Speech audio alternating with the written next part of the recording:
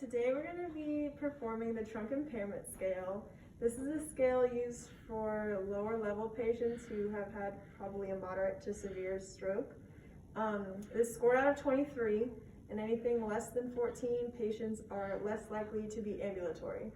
So the first portion of the test assesses static sitting balance. So the first item, I'm just going to have my patient sit here with her feet flat on the ground, legs about hips width apart, hands in her lap. If she can do this for 10 seconds, she'll get a score of 2. If she can't perform, she'll get a score of 0, and the entire test will be a 0.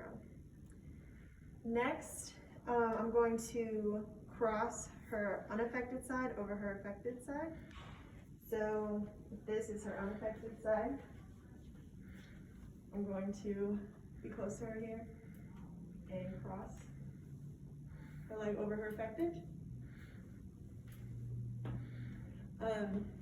Again, if she can't maintain her balance or falls, this would be a score of 0.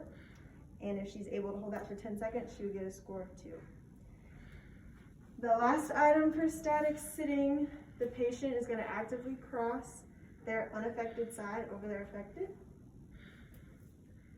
Good. If the patient is unable to perform or loses their balance, they would get a 0. If they cannot perform without some kind of support from the arms, they would get a 1. If their trunk is displaced more than 10 centimeters, they would get a 2. And if they're able to perform, they would get a 3. The next portion is the dynamic sitting portion. So the patient is going to touch the bed with their affected elbow. So I'm going to lean, touch the bed. Good. If the patient is unable to perform this, they would get a score of 0, and the rest of this section would also be a 0. If they are able to perform, they get a 1. Next, I'm going to have you do the same thing again.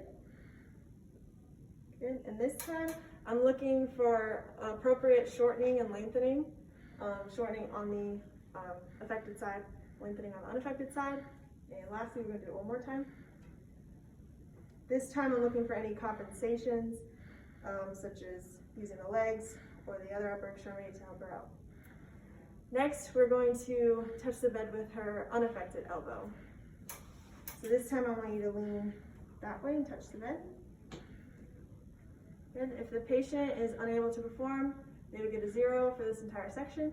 If they are able to perform, they get a 1. We're going to do the same thing again. This time we're looking for appropriate shortening and lengthening. So if they're able to appropriately shorten on this side, then they would get a 1. If not, they would get a 0. And we'll do it one more time. This time we're looking for any compensations using the lower extremity or the upper extremity or leaning back or something to help her out.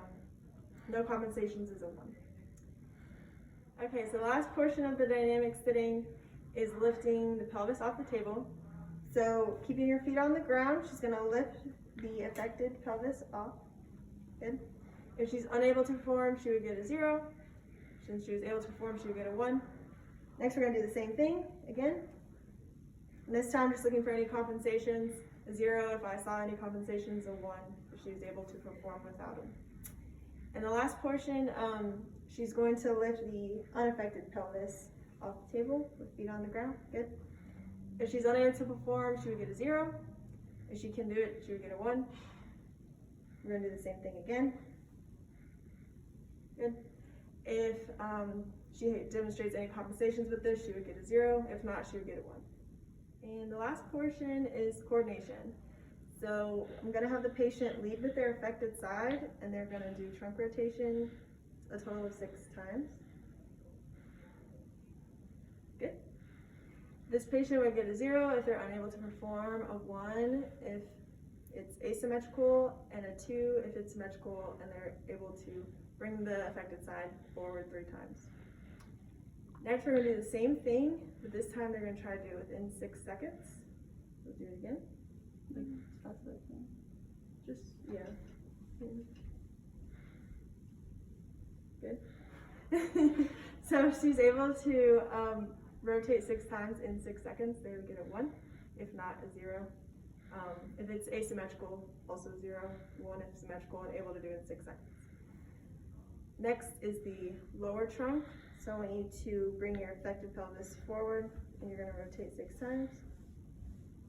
Good. If the patient can do this 6 times and it's symmetrical, that's a 2. If it's asymmetrical, 1. If not, 0.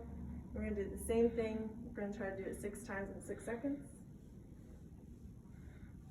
Good. If the patient is able to do this in 6 seconds and it's symmetrical, they would get a 1. If it's asymmetrical, they would get a 0.